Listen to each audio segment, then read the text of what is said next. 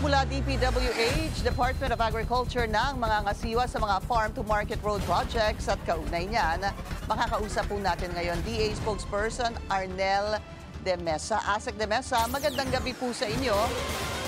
Hi, Pinky. Magandang gabi. Magandang gabi sa lahat ng taga-subaybay. Is that a good idea that ang DA na po ang mamamahala sa mga farm-to-market roads, hindi na po ang DPWH?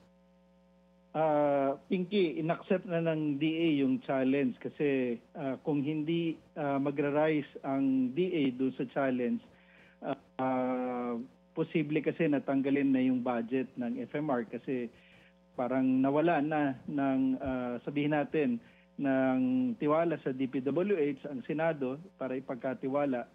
At kung hindi naman i-implement ang FMR, malaking kawalan din ito para masigurado na yung mga produkto ng ating mga magsasaka at mga isda ay madala mula doon sa production area hanggang doon sa mga market or dapat padalan.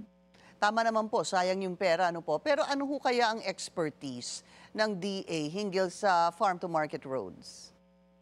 Pinky, bigyan lang natin ng konting konteksto. Tinanggal sa DA yung FMR dati kasi nasa DA yan dati.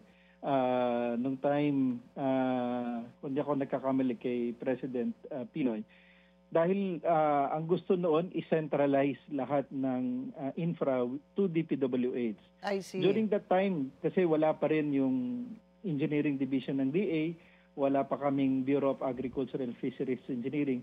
Pero ngayon kasi may mga batas na naipasa para strengthen yung agricultural engineering, yung AFMEC law na ipasa na rin, at mga regional field offices ng DA, meron na mga Regional Agricultural Engineering Division at na-create na nga yung Bureau of Agriculture and Fishery Engineering. Plus, na-create na rin sa utos ng ating Pangulo yung FMR Network Plan and yung standards para sa FMR. So, with all of this, we think that DA is more ready and prepared now to take on the challenge. Opo. So dati pa pala, prior to the late President Pinoy, ay nasa DA talaga itong FMR?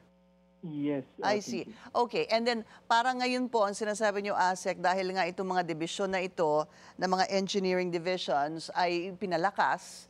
At ito po ay magiging the perfect opportunity, I guess, na mapunta nga sa DA itong farm-to-market roads. ASEC, question, ang problema ho kasi sa farm-to-market roads, hindi ho ba ay yung sinasabing korupsyon na nangyari at nakita, nadiskubre ni Senator Sherwin Gatchalian from 2023 to 2024 amounting to 10 billion, if I'm not mistaken. Moving it to the DA, how can we be assured that the same thing won't happen? Kasi it's almost as if we'll take it away from the DPWH, put it sa Department of Agriculture. How can you tell us, how can we be confident that hindi po ito makukurakot? Unang-una, nabanggit na ni Secretary that we will enlist the help of the community, yung tinatawag natin na community participation sa monitoring. Plus, the Secretary also committed to employ a reputable third party to make regular audit ng FMR. At i-strengthen din namin, actually kami yung nagsimula ng geotagging sa Mindanao for conflict-affected areas at saka yung hard-to-reach areas para magkaroon na rin ng QR for the geotagging and geomapping para anyone can see yung actual photos before, during, and after ng construction in real time. So ito yung mga measures para ma-ensure. And then meron kaming existing mga projects ngayon na merong mga grievance redress mechanism. So we will also be using that para anytime may complaint, makakarating agad at ma-actionan. Ang pinakamaganda dito talaga is ma-enlist yung participation ng community para makita talaga na kung ano man yung meron doon, nai-report agad. Okay. What about yung plano ho kaya ng DA dito sa sinasabing naging anomalya sa ilang mga farm-to-market roads? What does the Department of Agriculture plan to do about that? Pinky, nakapag-report na ang DA kay Presidente. Nabigyan na rin ng kopya si Sec. Vince Dizon. Siguro, nasa DPWH na ngayon at saka sa ICI on how they will proceed to that. Kasi ang ano yan ang bidding at ang implementation yan talaga nasa DPWH. Sa ngayon kasi ang role ng DA ay site identification and validation.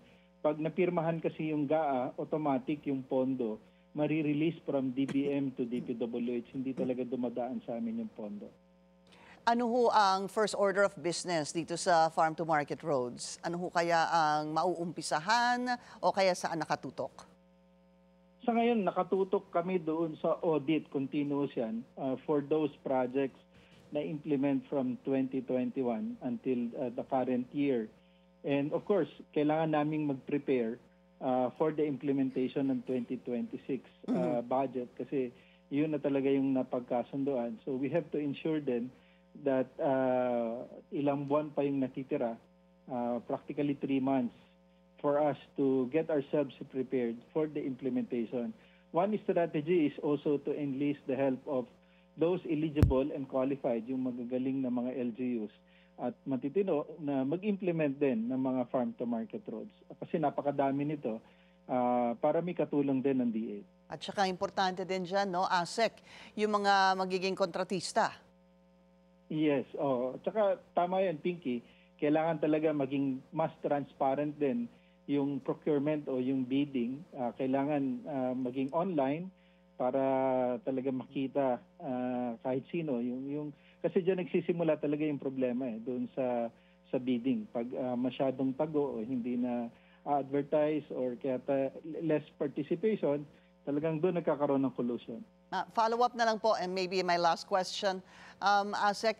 Importante din ho siguro, no, tingnan yung ginagamit na price per unit, per kilometer, yung cost rather, per kilometer. Dahil baka po meron kayong maangkin na budget na baka lang naman po ay overpriced. Yeah, i-review rin namin, of course, yung unit price ng DPWH kasi they're using 15 million per kilometer. At saka very standard kasi yon na PCCP or yung concrete pavement. Na-suggest na rin ni Senator Amy and we concur na pwede rin gamitin yung soil stabilizer. Depende doon sa traffic, sa conditions, sa geography.